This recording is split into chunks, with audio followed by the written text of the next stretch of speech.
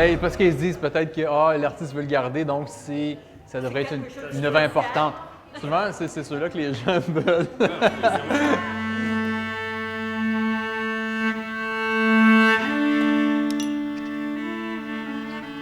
encore trempe un peu, là, mais...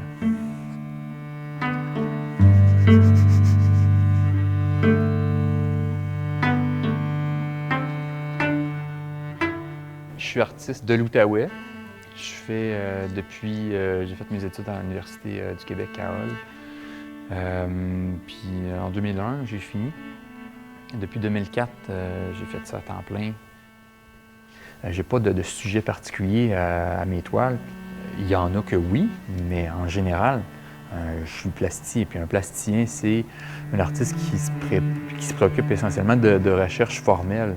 Donc la matière pour la matière, la composition, les interactions avec divers médiums, tout ça.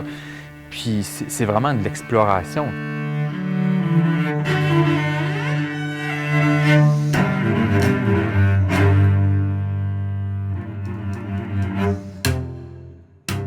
Je travaille sur papier. Je fais du dessin vraiment abstrait, là, automatiste, sur papier. Puis une fois que ça c'est fait, je garde les parties, je découpe les parties intéressantes. Puis ces parties-là, je vais les utiliser soit dans mes œuvres sur papier pour justement des compositions qui, elles, vont être très étudiées, très rationnelles.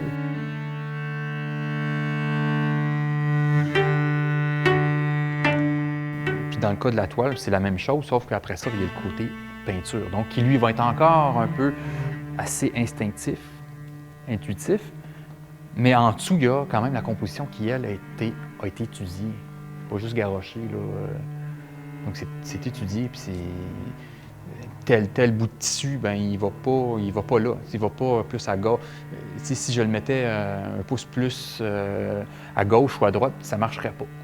C'est là qu'il va.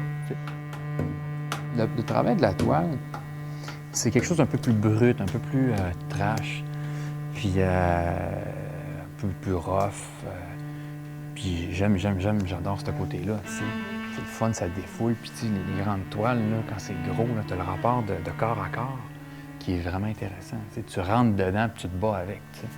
Tandis que le papier, ben, c'est beaucoup plus intime, cet aspect-là, d'intimité, cet aspect un peu, comme je disais, un peu plus soigné, esthétique, que j'aime beaucoup. Moi. C'est deux approches qui sont différentes, mais aussi nourrissantes.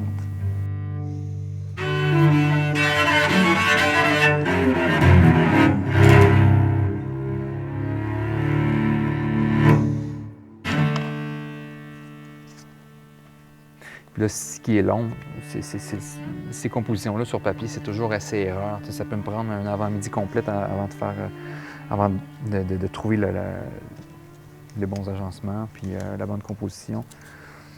Une fois que ça c'est fait, ben là, je les fixe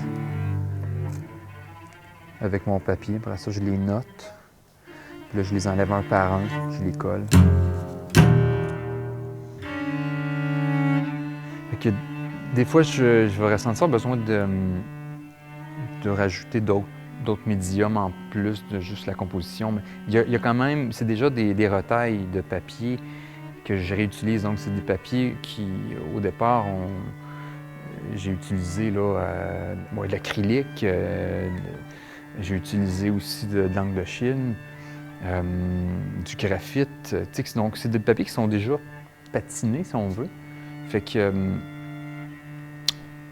donc, c'est ce que je veux mettre en valeur, c'est toutes ces retailles-là. Fait que j'ai pas besoin nécessairement de toujours en remettre par-dessus après ça, comme je vais faire avec les toiles. Je pense que c'est le papier comme tel qui m'a permis de comprendre cet aspect-là d'épuration que je cherchais depuis longtemps. Puis donc, j'ai commencé à l'intégrer dans les œuvres sur papier, oui. Puis après ça, éventuellement, sur les toiles.